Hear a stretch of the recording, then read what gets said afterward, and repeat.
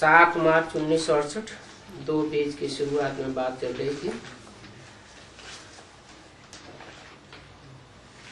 बाप ही आकर के सभी शास्त्रों का सार सुनाते हैं, दिखाते भी हैं ब्रह्मा के हाथ में शास्त्र।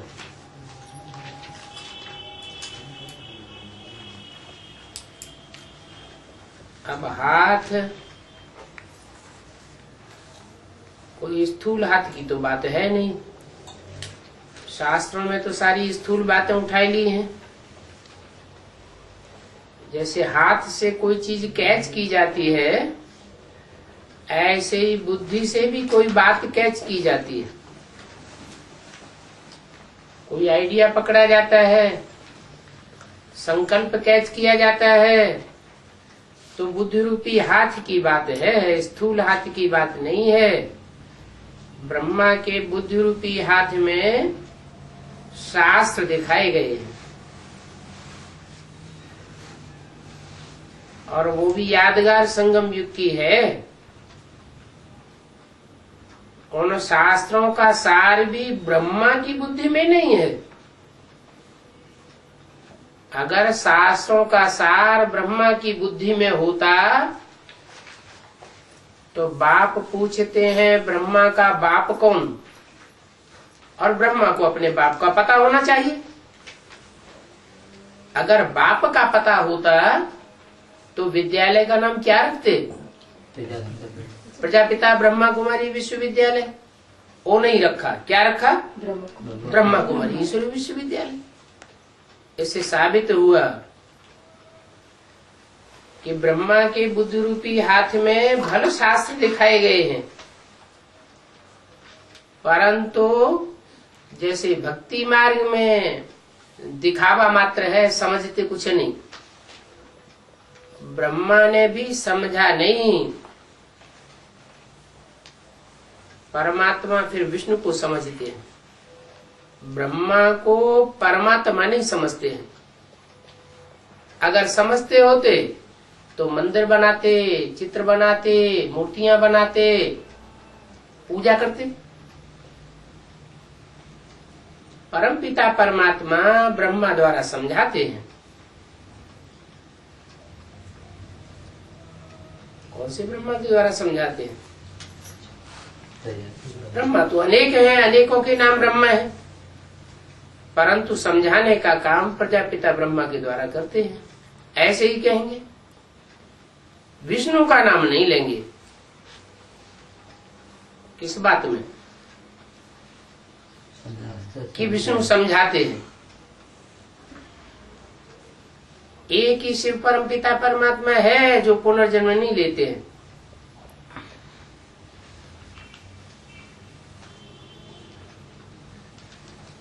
ब्रह्मा भी पुनर्जन्म लेते हैं, विष्णु भी पुनर्जन्म लेते हैं। जो पुनर्जन्म नहीं लेते वो सिर्फ एक ही है।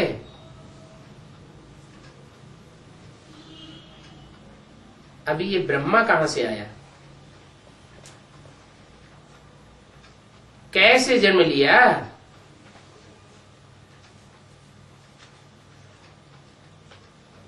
वास्तव में ये एडॉप्शन हुई। ब्रह्मा का अर्थ है बड़ी मां, तो जन्म की तो बात नहीं है। मां को तो जरूर बाप ने ही एडॉप्ट किया, और एडॉप्शन साकार में होगी या निराकार में होगी? साकार में ही एडॉप्शन होती है। कृष्ण तो मां के पेट से पैदा हुआ, और शिव तो है निराकार। ब्रह्मा शरीर का नाम है, तो वो ब्रह्मा किससे पैदा हुआ?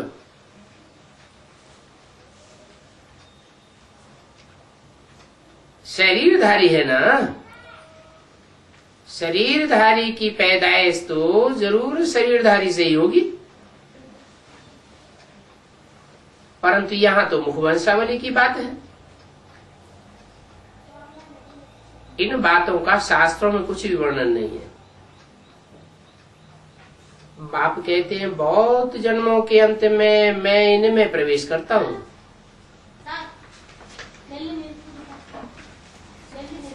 इनमें माने किन में? एक नहीं है, इनमें माने अनेक हैं जिनका नाम ब्रह्मा रखा जाता है। तुमको भी अभी ज्ञान हुआ है, वो तो जरूर मुझेंगे। ब्रह्मा के नाम पर मुझने के कारण एक चित्र में लक्ष्मी नारायण के ऊपर सिर्फ शिव को दिखाया था।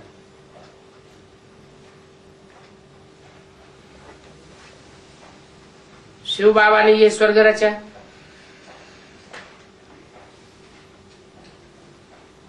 इन लक्ष्मी नारायण को भी रचा। अब शिव तो है निराकार, बाबा तो साकार को कहा जाता है। तो जरूर निराकार ने साकार में प्रवेश किया और स्वर्ग रचा।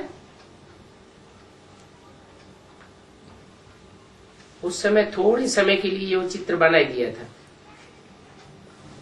ये कृष्ण का चित्र तो बहुत अच्छा है, परंतु 84 जन्मों की कहानी देखते हैं तो निकाल देते हैं, क्योंकि वो कृष्ण को भगवान समझते हैं। भगवान कैसे 84 के चक्र में आवेगा?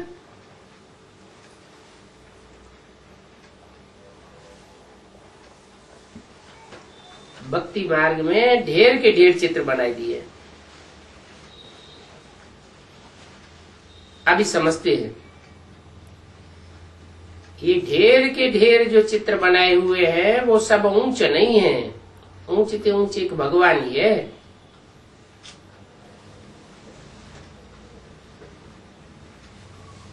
फिर है लक्ष्मी नारायण राम सीता, ऊंचते ऊंचे और नीचते नीचे। ये साकार की बात है या निराकार की बात है? साकार की बात है। साकार सृष्टि पर ही ऊंच और नीच की बात होती है। परम धाम में तो सब बिंदु बिंदु आत्मा एक जैसी। तो फिर ऊंचते ऊंचे भगवान कौन है? ऊंचते ऊंचे भगवान, फिर लक्ष्मी नारायण, फिर राम सीता। तो ऊंचते ऊंचे कौन हुआ? शिव बाबा। शिव बाबा। शिव तो बिंदु का नाम है। और ब्रह्मा तो थोड़े ही टाइम है ना। ऐसे भी देखते 68 में तो शरीर छोड़ दिया। मुकर्रर रथ है या टेम्परेरी रथ है?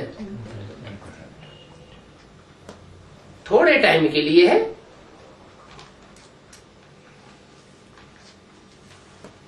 तो तुम बच्चों को अजमेर के मंदिर में जाकर के पूछना चाहिए, क्योंकि वहां ब्रह्मा का चित्र बना हुआ है, मूर्ति बनी हुई है। पुजारियों से जाकर के पूछो।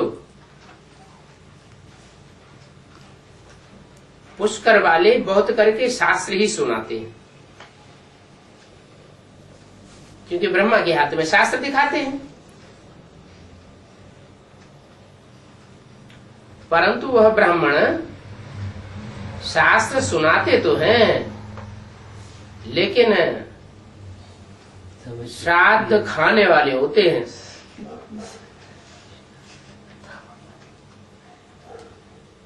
दो प्रकार के ब्राह्मण होते हैं भक्ति मार्ग में, एक धामा खाने वाले और एक कथा सुनाने वाले।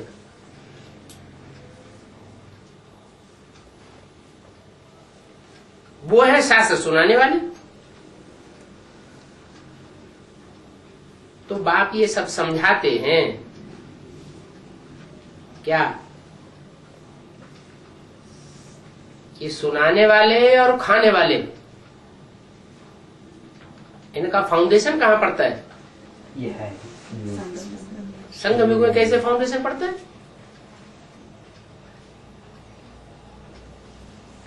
वो है धामा खाने वाले और वो है सुनाने वाले। न समझते हैं न समझाते हैं।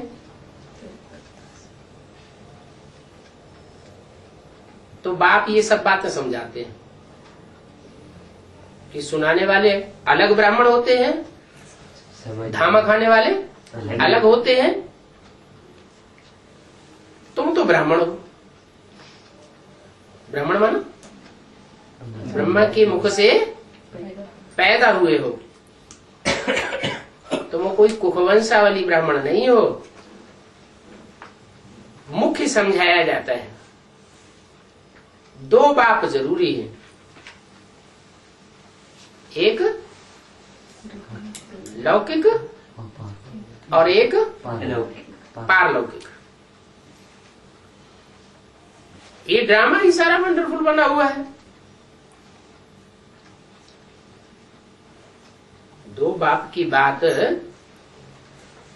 सारे ड्रामा की है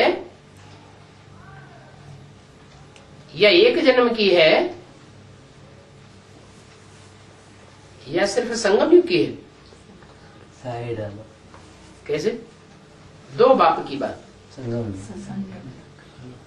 सारे ड्रामा में तो बेहद के बाप जो दो हैं, एक लौकिक बाप और एक पारलौकिक बाप। सारे ड्रामा में तो कोई जानता ही नहीं और देवताएं तो कुछ भी नहीं जानते। द्वापर कलयुग में भी लौकिक बाप को जो जानते हैं वो तो हद का बाप हो गया, वो बेहद का बाप तो है नहीं। तो संगम युग में तुमको पता चलता है कि दो बेहद के बाप कौन कौन है। एक इस लोक का है, वो अलौकिक नहीं है, माना सूक्ष्म वतनवासी नहीं होता, उसको कहते हैं प्रजापिता। और एक है पारलौकिक बाप, जो इस लोक में जिसकी बुद्धि नहीं रहती। भले इस लोक में आती है वो आत्मा, लेकिन उसकी बुद्धि यहाँ कहीं अटैचमेंट में नहीं आती है। वो पारलौकिक बाप है। सतयुग में हम बाप को याद नहीं करते हैं। क्या?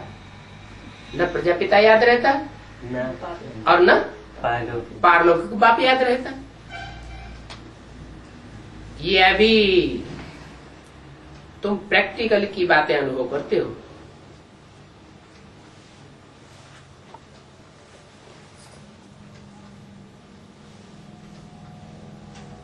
वो है शास्त्रों की सुनी सुनाई बातें।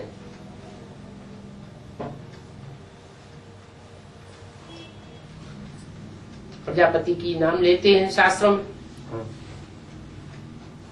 परंतु अनुभव तो प्रजापति का किसी ने नहीं किया। प्रजापति क्यों कह दिया? बाप ने बताया प्रजापिता। इसका भी कोई राज नहीं जानते। फाउंडेशन प्रजापिता द्वारा। पहले बाप होता है, पहले पति होता है? बाप पहले होता है बाप। पूर्व जन्म की बात हुई। वो आत्मा शरीर छोड़ देती है। शरीर छोड़ने के बाद दूसरा जन्म लेकर ब्राह्मण बनती है। फिर सारे विश्व के ऊपर वही आत्मा विजय प्राप्त करती है। तो सारे विश्व की रक्षा करने वाला विश्वपति कहा जाता है। तो शास्त्रों में जो गायन है वो संपूर्ण स्टेज का गायन है या अधूरी स्टेज का गायन है? संपूर्ण स्टेज प्रजापिता नाम की है, काम की है या प्रजापति की है? प्रजापति की संपूर्ण स्टेज है। इसलिए शास्त्रों में वो बातें संपूर्ण स्टेज की लिखी हुई है। अभी बाप कहते हैं इन शास्त्रों की बातें जो सुनी सुनाई बातें हैं उनको समझने में मेहनत है। पहले खुद पूरा समझें फिर दूसरों को समझाएं। इसके लिए शरीर का भान भी छोड़ दो। कब तक नहीं समझ में आवेंगी? जब तक शरीर का भान है तब तक बातें पूरी समझ में नहीं आवेंगी। बेहद के बाप को हम क्यों नहीं याद करेंगे?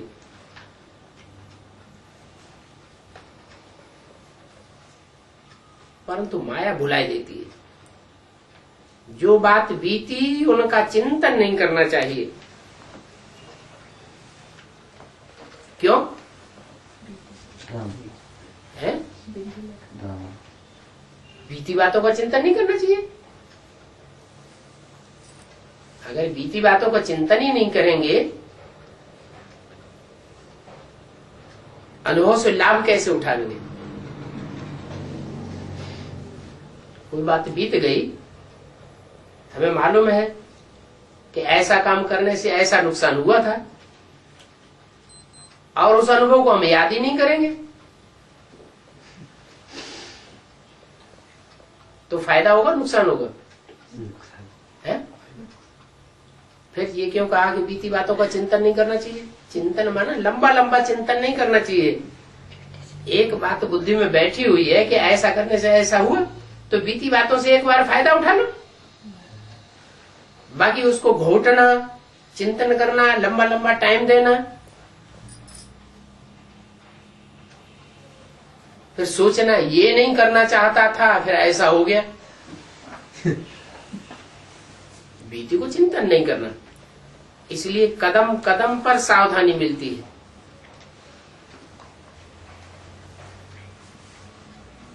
बीती बातों को चिंतन करते रहेंगे तो ये भी एक समस्या खड़ी हो जाएगी। समस्याएं तो बहुत आती हैं, तो क्या करना चाहिए? बीती बातों से अनुभव लेकर के और आगे बढ़ जाना चाहिए। जिस बाप से विश्व का स्वराज्य मिलता है, उस बाप की याद हम क्यों नहीं करते हैं?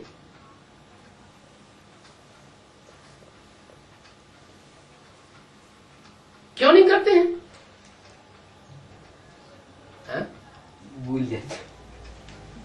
क्यों भूल जाते हैं? विश्व में जो मालिक था, सारे विश्व का मालिक था, पवित्र थे, और हम ये भी जानते हैं कि हमको भी पवित्र जरूर बनना है। अभी हमारे जन्म जन्मांतर के पाप रहे हुए हैं, और वो पाप, उन पापों का कनेक्शन हमारे अकेले से है, या उन पापों के साथ कोई और आत्माएं भी जुड़ी हुई हैं? अकेले अकेले पाप हो जाता है। पाप होता है तो पाप का रिजल्ट कोई को दुख होता है या नहीं? होता है। हम पाप करेंगे तो पाप कब बनेगा? दुख। कोई को दुख दिया तो पाप बनता है, कोई को सुख दिया तो दुआएं मिलती हैं, पुण्य बनता है। तो पाप का कनेक्शन हमारे अकेले से तो है नहीं। तो जिसके साथ जिसके रिएक्शन में हमारे पाप का असर पड़ता है, उस पाप का रफा दफा होना जरूरी है या नहीं? है, जरूरी है। जरूरी है। वो पाप तभी खत्म होगा जबकि वो आत्मा हमसे आकर के पाप का हिसाब किताब चुकतू कर ले। या तो वो आत्मा पाप का हिसाब किताब चुकतू कर ले, या तो हम बाप की याद से उस हिसाब किताब को चुकतू कर दे।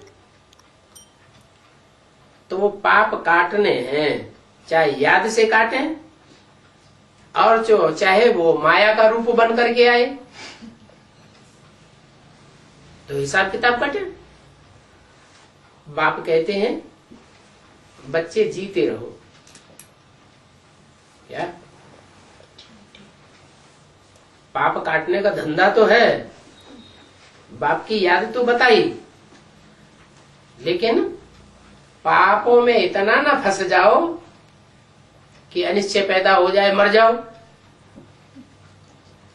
शरीर छोड़ा तो कमाई चट हो जाएगी।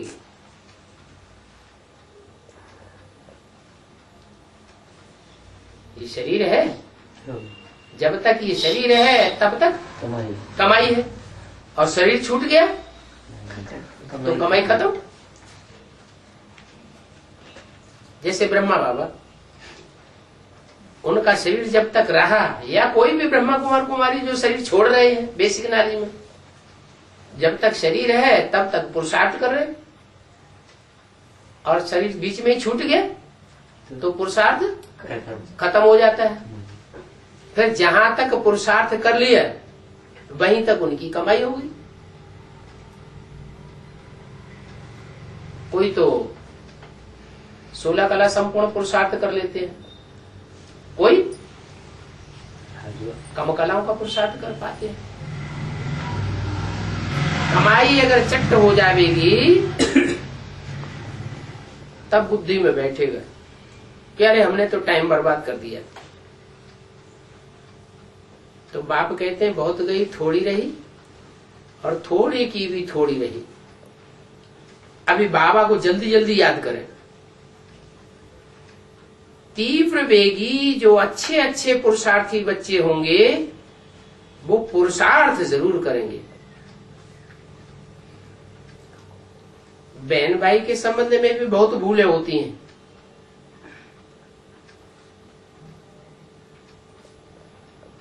रूहानी आत्मा देखने से कुछ नहीं होगा। ये बहन है, ये रूहानी आत्मा है, सिर्फ देखेंगे ये आत्मा है। कितने समय तक देखेंगे?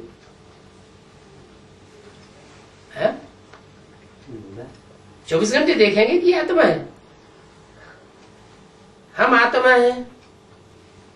पहले ये बात पक्की करो। क्या पर को देखना ज्यादा सहज है या अपन को देखना ज्यादा सहज है? पहले अपन को देखो कि हम आत्मा है, ये बात पक्की फाउंडेशन की जमे। तो बाप कहते हैं भल भाई भाई को देखो, परंतु इसमें मेहनत है। देही अभिमानी बनना है। क्या भाई भाई तक पहुंचने में क्या है? कहां तक पहुंचना है? पहले हम खुद अपन को आत्मा समझें। भाई भाई हैं तो बाप से वर्षा मिलेगा। वर्षा कब मिलेगा? बहन को वर्षा मिलता है। भक्ति मार्ग में जो बहनें रही हैं उनको वर्षा मिलता रहा बाबा माँ बाप का, या भाइयों को वर्षा मिला? भाइयों को वर्षा मिलता रहा। तो ये भक्ति मार्ग की रस्म कहाँ से चली आ रही है? ये संगम युग से यहाँ से रस्म चली आई कि बाप भी जब आते हैं तो जो आत्मा आत्मा भाई भाई बनते हैं, वो सुप्रीम सोल बाप का डायरेक्ट वर्षा उन बच्चों को मिलता है जो आत्मा आत्मा भाई भाई बनते हैं। ब्रह्मा की सोल डायरेक्ट बाप से वर्षा लेती है? नहीं। सरस्वती नहीं, डायरेक्ट बाप से वर्षा नहीं लेती। क्यों? क्यों चंद्रवंश में चले गए? क्योंकि आत्मा आत्मा भाई भाई की स्टेज को पक्का नहीं कर पाया।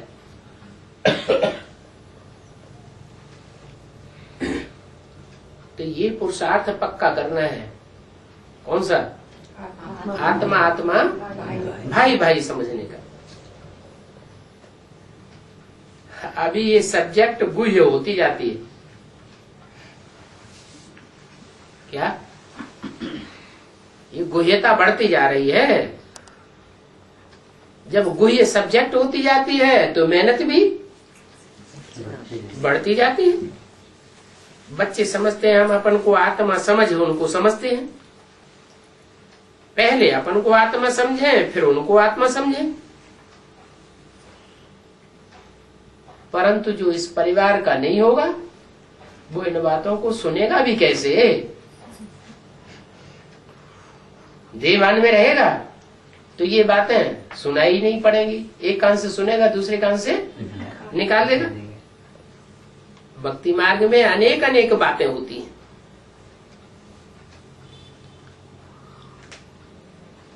भक्ति मार्ग में तो बहुत बातें हैं और यहाँ सिर्फ मूल में एक ही बात है। क्या समझो अपन को? आत्मा समझो।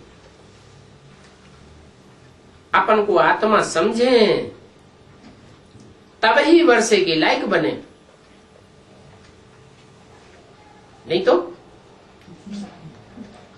अगर अंत समय वही अलग। चाहे विनाश हो दुनिया का वो अंत समय हो, चाहे शरीर छूटने का अंत समय हो, अगर आत्मिक स्टेज पक्की नहीं हुई है तो वर्षा नहीं था। बाप से नहीं मिलेगा। बाप के वर्षे के अधिकारी नहीं बनेंगे। बाप का वर्षा क्या है? मुक्ति जीवन और जीवन मुक्ति। सुख शांति। माना ये शरीर रहते रहते ही दुख दर्दों से मुक्त स्टेज बन जाए तो कहेंगे जीवन में रहते दुख दर्दों से मुक्ति पाई तो जीवन मुक्ति हुई।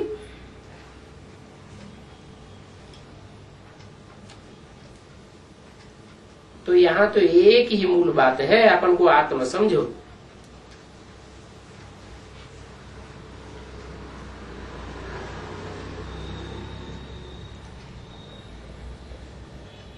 बहन को भाई जैसा वर्षा तो नहीं मिलता है, मिलता है? बहन को जो वर्षा मिलता है और भाई को जो वर्षा मिलता है उसमें तो बहुत अंतर है। कहते भी हैं हम सभी भाई भाई हैं, रशियन इंडियन भाई भाई हैं, हिंदू चीनी भाई भाई हैं। अब हम सभी आत्माएं बच्चे तो एक के ही हैं, परंतु बहन भाई से समझ नहीं सकते हैं कि एक बाप के बच्चे कैसे हैं। ये सभी बातें तुम जानते हो और कोई की बुद्धि में बैठेंगी नहीं। भक्ति मार्ग का शिवलिंग और ज्ञान मार्ग का शिवलिंग ही अलग है। अरे ये क्या बात? भक्ति मार्ग का शिवलिंग और ज्ञान मार्ग का शिवलिंग अलग अलग कैसे? वो पत्थर हैं? वो पत्थर के चैतन्य। क्या? वो पत्थर हाँ, के चैतन्य। भक्ति मार्ग का शिवलिंग पत्थर का है अभी जाएगा। ये है चैतन्य। और ये चैतन्य है। चैतन्य शिवलिंग कैसा होता है? लुढ़कता रहता है क्या? बोलता जाता। बोलता है। हाँ, चैतन्य तो बोलते चालते को कहा जाता है। भक्ति मार्ग में जो शिवलिंग बनाते हैं वो तो पत्थर का बनाए देते हैं। तो भक्ति मार्ग के शिवलिंग में और ज्ञान मार्ग के शिवलिंग में समझ का अंतर है। जो भक्ति मार्ग में शिवलिंग बनाया है वो यादगार बनाया है। किस बात की यादगार बनाया है? कि जिस तन में शिव बाप ने प्रवेश किया वो तन अपन को निराकारी स्टेज में स्थिर कर लेता है। निराकारी का मतलब है ऐसे नहीं है कि इंद्रियां नहीं हैं। इंद्रियां तो हैं, लेकिन इंद्रियां होते हुए भी जैसे कि इंद्रियां नहीं है। माना आत्मिक स्टेज होने पर ये आंखें होते हुए भी जैसे दिखाई नहीं पड़ता। ये कैसे? जैसे कोई लवर होता है, वो कारखाने में काम करता है और उसको अपनी महबूबा याद आ रही है। कारखाने में काम कर रहा है, महबूबा याद आ रही है और सामने से कोई निकल जाते हैं, उसे याद ही नहीं रहता कौन कौन निकल गए। क्यों नहीं याद रहा? आंखें खुली हुई थी ना, तो याद रहना चाहिए ना, क्योंकि मन की आंख दूसरी ओर थी, इसलिए दिखाई नहीं पड़ा। तो मन को ऐसे अव्यक्त बनाने की प्रैक्टिस हम भी करते हैं। ऐसे मन को अव्यक्त बनाने की प्रैक्टिस करें कि इन आंखों से जो कुछ हम देखते हैं बाहरी आंखों से वो हमको दिखाई न पड़े, और अंदर की आंख से हम सब कुछ देखने की प्रैक्टिस करें। अंदर की आंख से हमें स्वर्ग दिखाई पड़ता रहे, नई दुनिया स्वर्ग लाने के लिए हमें क्या क्या प्लानिंग करनी है, वो प्लानिंग हमें देखने में आती रहे, मनन चिंतन मंथन चलता रहे। इस दुनिया की कोई भी स्थूल चीजें जो इन स्थूल आंखों से देखते हैं, देखते हुए भी दिखाई न पड़े न याद आए। तो ये बातें बाप ही जानते हैं और फिर तुम बच्चों को बतलाते हैं। क्या ये बाप की पहचान बता दी? बाप की क्या पहचान बताई? कि भक्ति मार्ग का शिवलिंग और ज्ञान मार्ग का शिवलिंग अलग अलग है, सो कैसे, कौन बताएगा? ये बाप के अलावा ये बात और कोई नहीं बता ही नहीं सकता। ये भी एक पहचान है। क्या? खुदा खुदा कर, बाप के पैसे खुदा कर अपना परिचय दे। कोई कहते हैं ये व्यक्ति ही बाप है, इस बात का प्रूफ दो।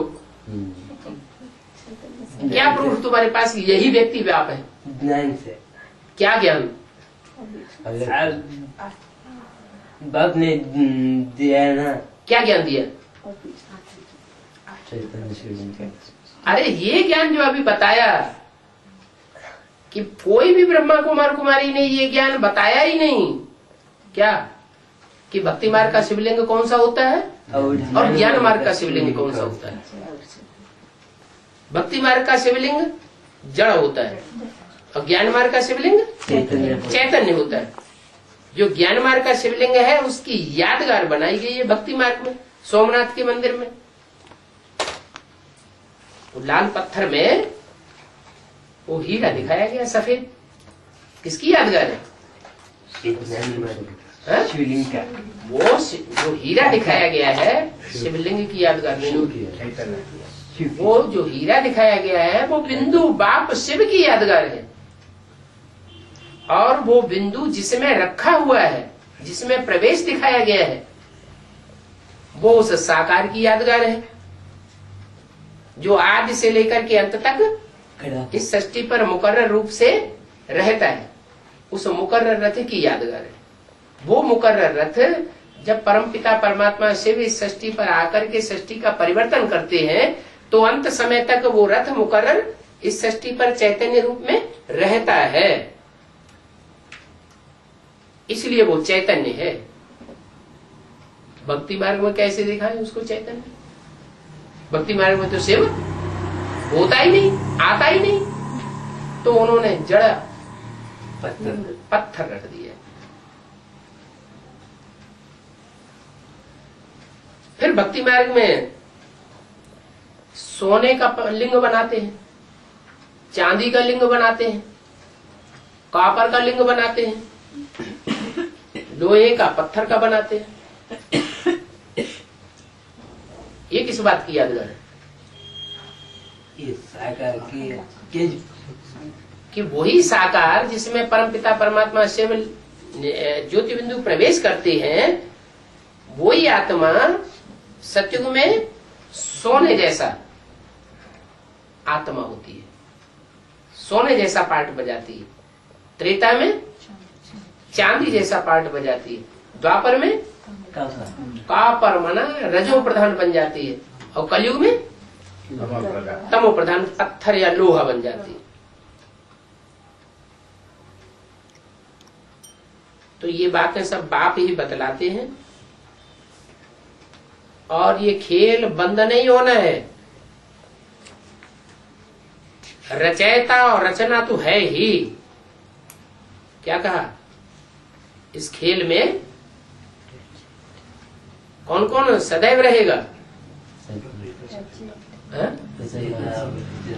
रचयिता भी इस खेल में सदैव रहता है और रचना भी इस खेल में सदैव रहती है। माना बच्चे भी रचना कौन है, रचयिता कौन है? कौन है रचयिता? बाप। कौन बाप? हाँ, प्रजापिता साकार में है ना। हाँ बाबा। उसमें प्रवेश करने वाला ज्योति बिंदु तो निराकार है। निराकार कैसे रचयिता होगा? नहीं, रचयिता भी साकार और रचना भी साकार। तो रचयिता है प्रजापिता साकार, और रचना जगदम्बा हाँ? गीता होता रचना गीता होता है। सूर्यांशी बच्चे कृष्ण गीता रचयिता शिव और उसकी रचना आत्मा हाँ? प्रजापिता बाप है रचयिता, रचयिता साकार होता है, और साकार की रचना कौन है? साकार कौन है? ब्रह्म ब्रह्म है। राधा वो सदैव रहती है फिर है? जो रचना है वो चंद्रमा है पृथ्वी है जगदम्बा हैं? जगदम्बा है। जगदम्बा है तो पहली रचना, लेकिन सदैव रहती है? नहीं नहीं रहती। नहीं सृष्टि चक्र लगाती ही रहती है। रचयिता भी सृष्टि पर सदैव है और रचना भी सदैव है। कैसे? सूर्यांशी माता नहीं, कृष्ण की आत्मा कब तक रहेगी संगम में? संगम में कृष्ण की आत्मा कब तक रहेगी? 69 हाँ? 69 और कब जन्म लेगी? बच्चे के रूप में 36 के बाद 36 में जन्म लेगी। और जब तक सृष्टि है तमो प्रधान, तब तक वो आत्मा तो आत्मिक रूप में रहेगी, लेकिन शरीर में किसी दूसरे में रहेगी या अपने शरीर में रहेगी? दूसरे में रहेगी। लेकिन दूसरे में रहते हुए भी जो पार्ट बजाएगी, उस पार्ट का गायन भक्ति मार्ग में होता है। क्या गायन होता है? श्याम और सुंदर। तो रचयिता भी रहता है और रचना भी रहता इसी सृष्टि पर रहती है। सृष्टि चक्कर लगाती ही रहती है। कब कब पूछते हैं भगवान ने ये आवागमन का चक्कर क्यों बनाया? इसका जवाब क्या है? आना, जन्म लेना, सुख दुख भोगना, फिर वापस जाना, फिर आना, फिर सुख दुख भोगना, फिर वापस जाना। नीचे नीचे। अरे ये सृष्टि बनाने की जरूरत ही क्या है? ऐसे भक्ति मार्ग वाले पूछते हैं ना, तो उन्हें समझाना पड़े कि सृष्टि रची नहीं जाती, भगवान नहीं बनाता। ये सृष्टि तो अनादि है। जैसे आत्माएं अनादि है, वैसे ये सृष्टि भी 5 तत्वों वाली अनादि है। भगवान को ये सृष्टि बनाने और बिगाड़ने में कोई मजा नहीं आता। न भगवान बनाता है और न बिगाड़ता है। ये तो जब तमो प्रधान सृष्टि हो जाती है तो अपने आप बिगड़ती है। नई सृष्टि तैयार होती है। ये बना बनाया खेल है। कोई भी आत्मा इस खेल से बाहर होकर के छूट नहीं सकती। अरे भगवान ही इस सृष्टि से नहीं छूट सकता, कल्प कल्प भगवान को आना पड़ता है, तो आत्माएं कैसे छूट जाएंगी? उन्होंने क्या समझ लिया कि आत्मा सदा काल के लिए मुक्त हो जाती है।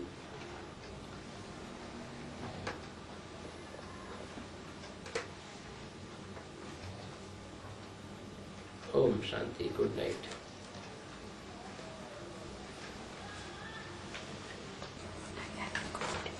इसमें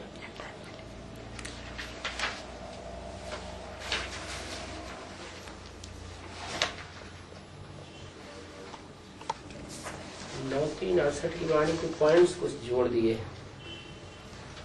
बचे हुए, जो वाणी आगे बढ़ी जाएगी। प्रातः क्लास है 9 मार्च 1968।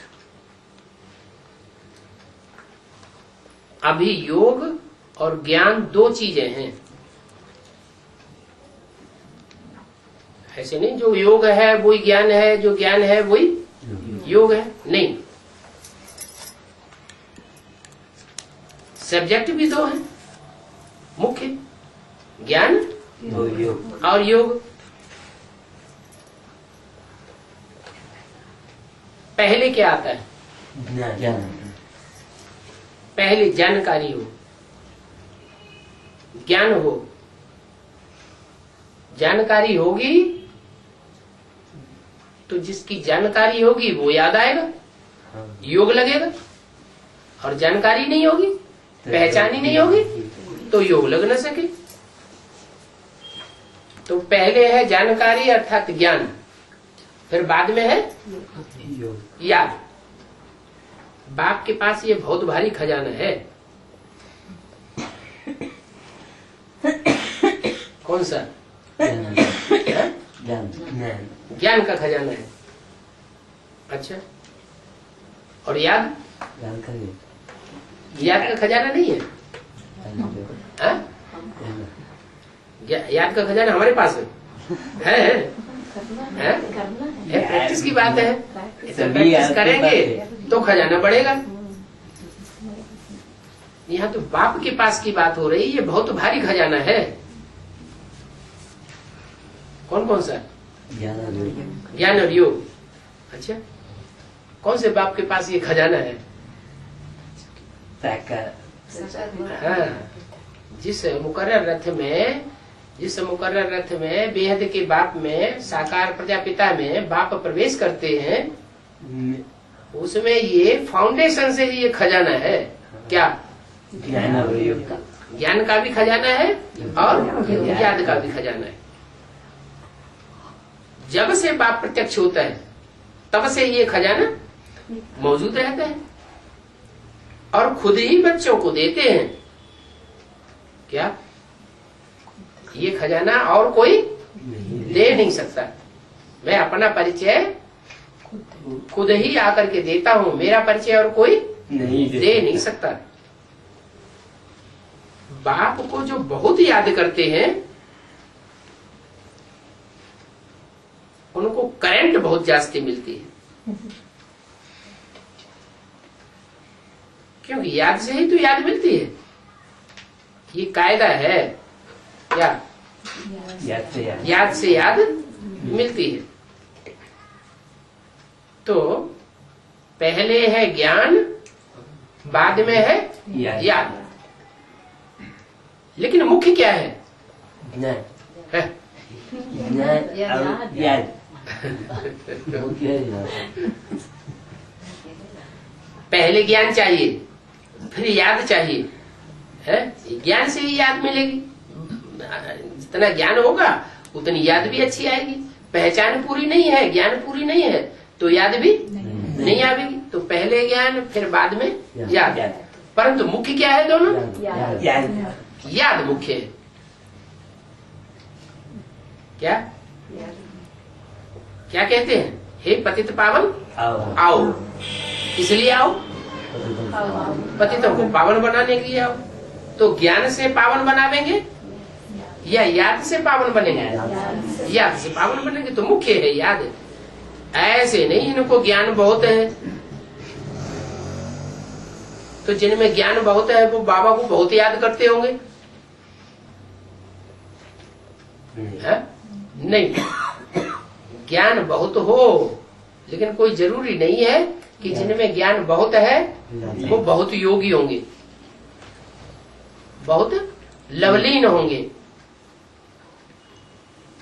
नहीं, ज्ञान अलग डिपार्टमेंट है और योग अलग डिपार्टमेंट है। योग की बहुत बड़ी सब्जेक्ट है।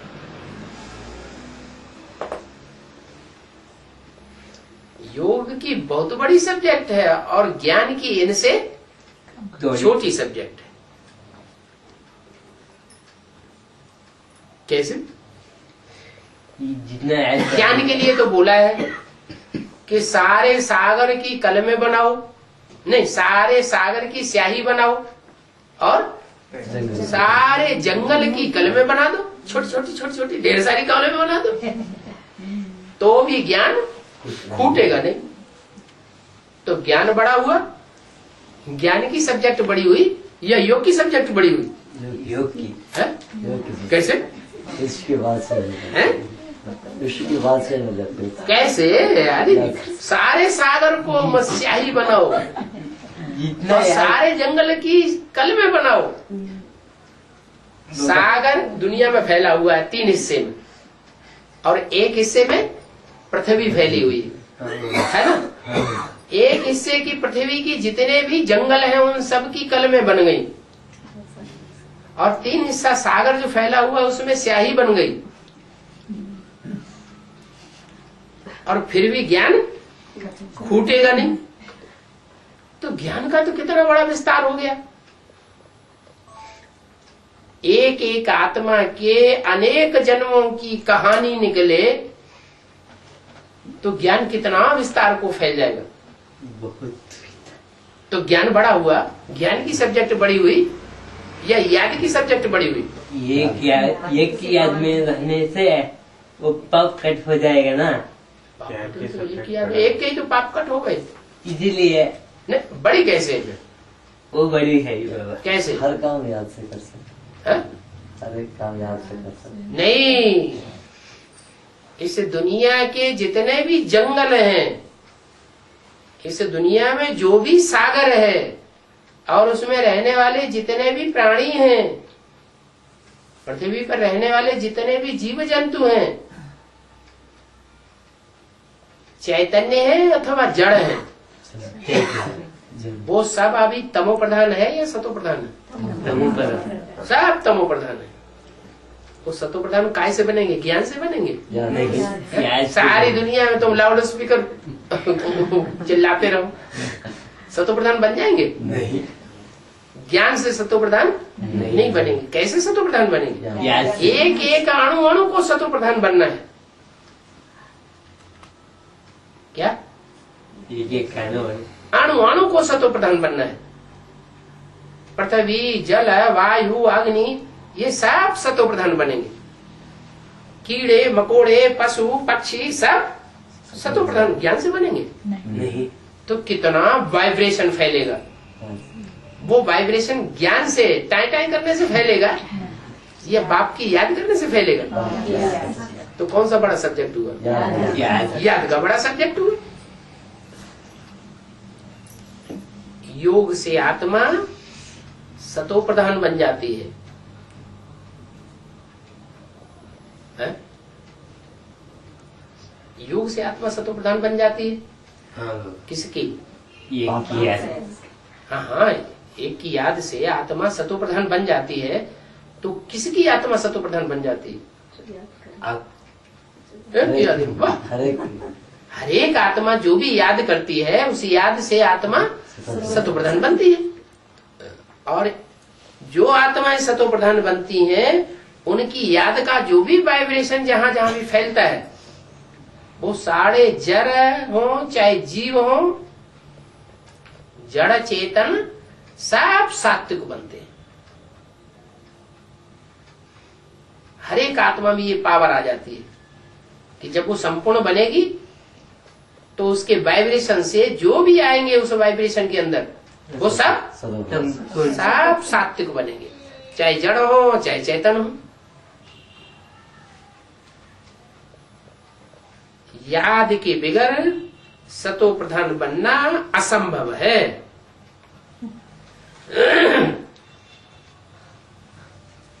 और याद करने वाले कितने हैं? बाकी सजा खाने वाले कितने हैं? ढेर सारे तो सजा खाने वाले हैं, और याद करने वाले बहुत थोड़े हैं।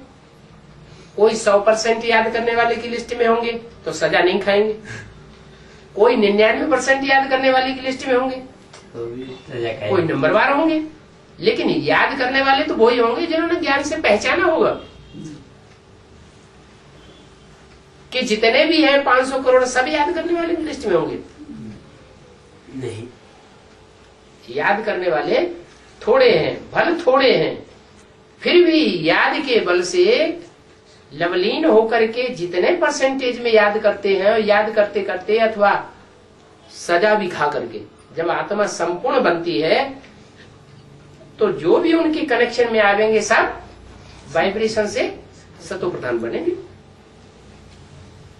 तो योग से आत्मा सतो प्रधान बन जाती है क्योंकि बहुत याद करती है। बच्चे ही सारी दिन में बाप को याद नहीं करते हैं,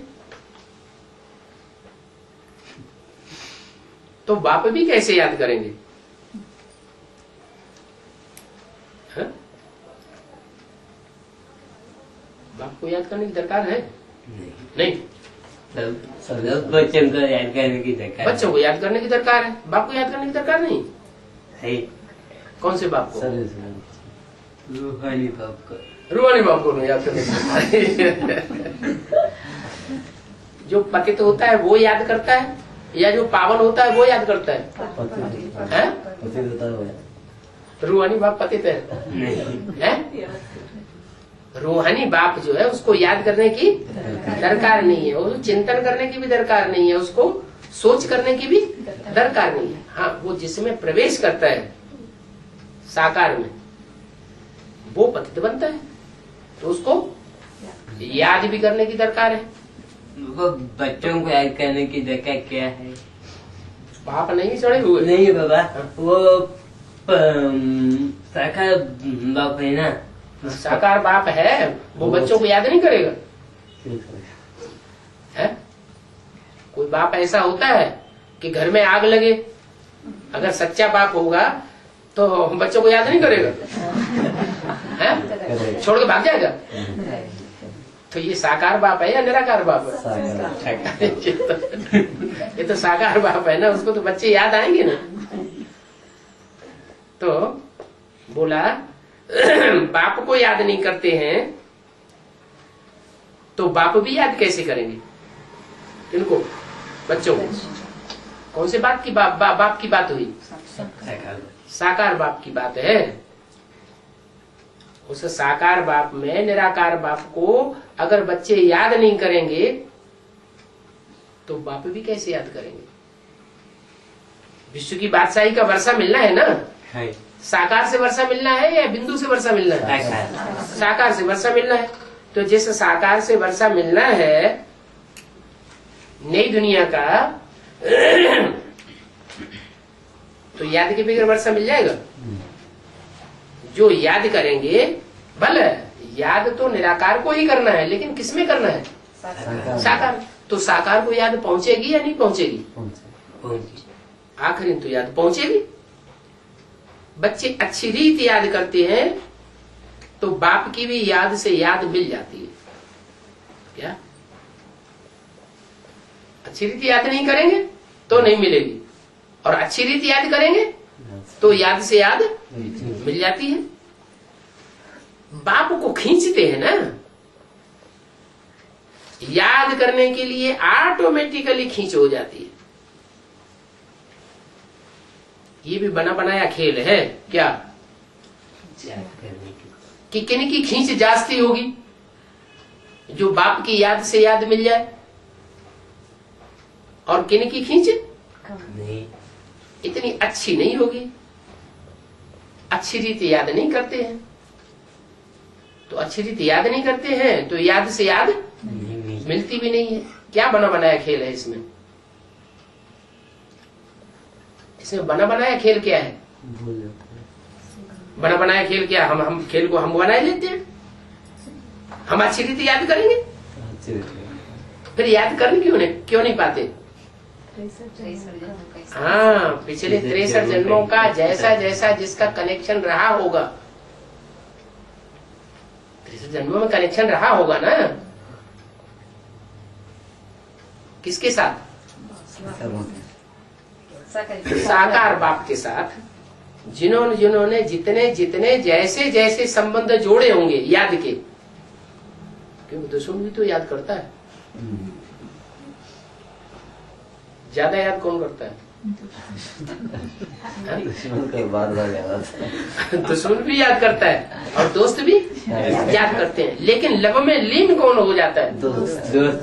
दोस्त लब में लीन हो जाता है, और जो दुश्मन होता है वो अंदर से तो याद करना ही नहीं चाहता है, लेकिन वो जबरदस्ती याद आ जाता है, तो लब में लीन हो ही नहीं सकता।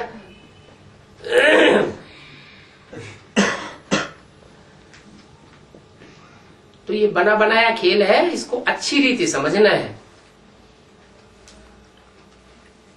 क्या समझना है अच्छी रीति? दोस्त बन के कि ज्यादा याद उनको आवेगी, लवलीन वो हो जावेंगे जिनके 63 जन्मों में बाप के साथ गहरे कनेक्शन बने होंगे, गहरे संबंध जुटे रहे होंगे। याद के लिए बहुत एकांत भी चाहिए। क्या वो देखा है।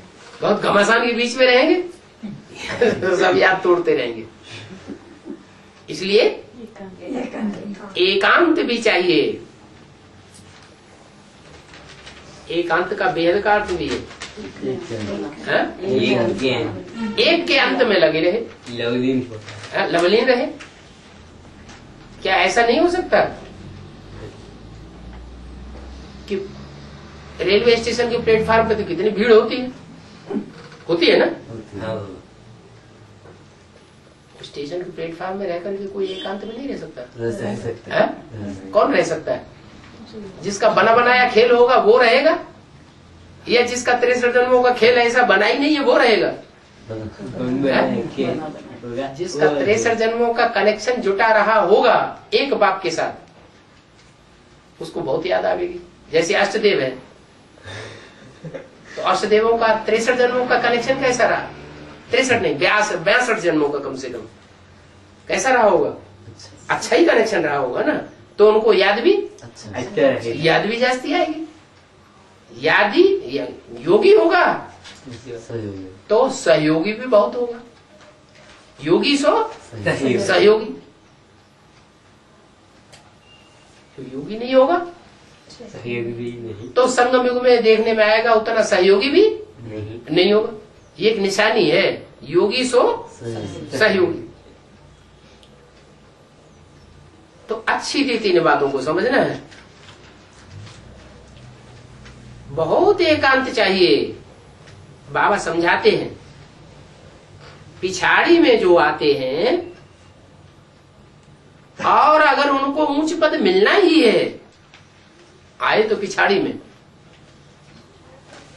क्या पिछड़ में आएंगे, आए तो पिछाड़ी में, और ऊंच पद उनको अगर मिलना ही है तो उसकी निशानी क्या होगी? याद ही होगी, क्या निशानी देखने में आवेगी? याद से ही होगी। उनको बहुत गहरी याद रहेगी। जब से आवेंगे तब से ही, फाउंडेशन मात्र से ही उनकी याद बहुत गहरी होगी, बहुत याद रहती है। तो उनकी याद से फिर बाप की याद मिलती है ना, याद से याद मिल जाती है। जब बच्चे बहुत याद करते हैं, क्या जब बच्चे बहुत याद करते हैं तो बाप भी बहुत याद करते हैं।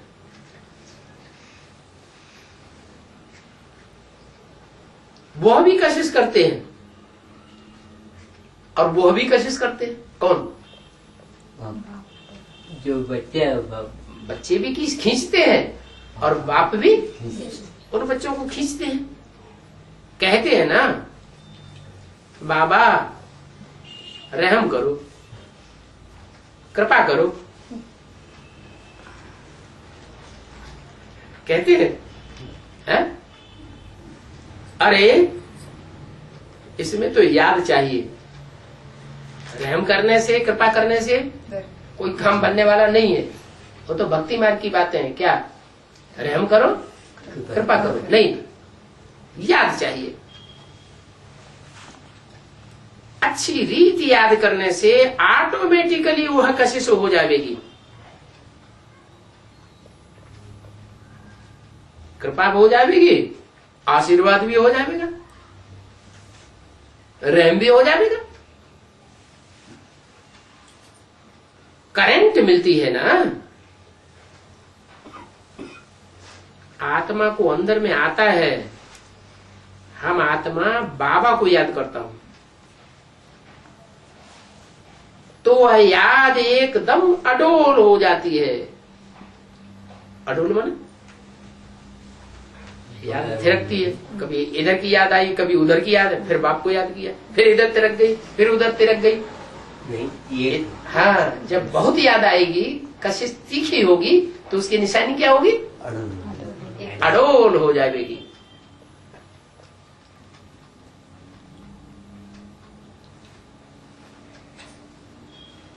बाकी ज्ञान तो धन की बात है। याद से फिर याद मिल जाती है, याद से हेल्दी बन जाते हैं, ज्ञान से हेल्दी नहीं बनेंगे। याद से हेल्दी बन जाते हैं। कैसे है?